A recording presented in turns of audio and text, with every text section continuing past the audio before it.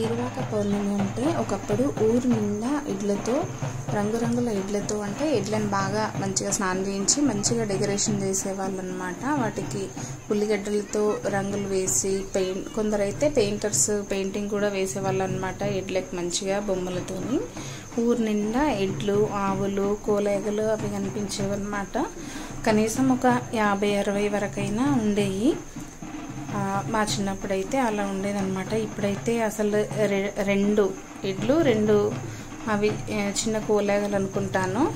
Only 2 జతల ఎడ్లతో ఏరువాక పౌర్ణమి అయితే జరుగుతుంది మా ఊళ్ళో. ఇది నెక్స్ట్ ఇయర్ అయితే అసలు ఈ 2 జతల ఎడ్లు కూడా ఉంటాయో ఉండయో తెలియదు అనమాట.